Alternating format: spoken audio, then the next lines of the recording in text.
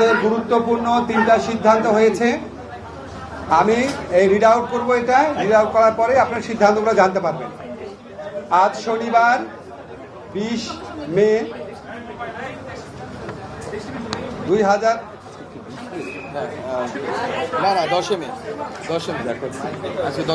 আচ্ছা, আমি আবার থেকে পড়ছি। হ্যাঁ, আজ শনিবার 10 মে 2025 তারিখে উপদেষ্টা পরিষদের এক বিশেষ সভা অনুষ্ঠিত হয়।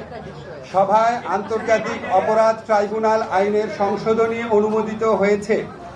সংশোধনী অনুযায়ী আন্তর্জাতিক অপরাধ ট্রাইব্যুনাল কোনো রাজনৈতিক দল, তার অঙ্গ সংগঠন বা সমর্থক গোষ্ঠীকে শাস্তি দিতে পারবে।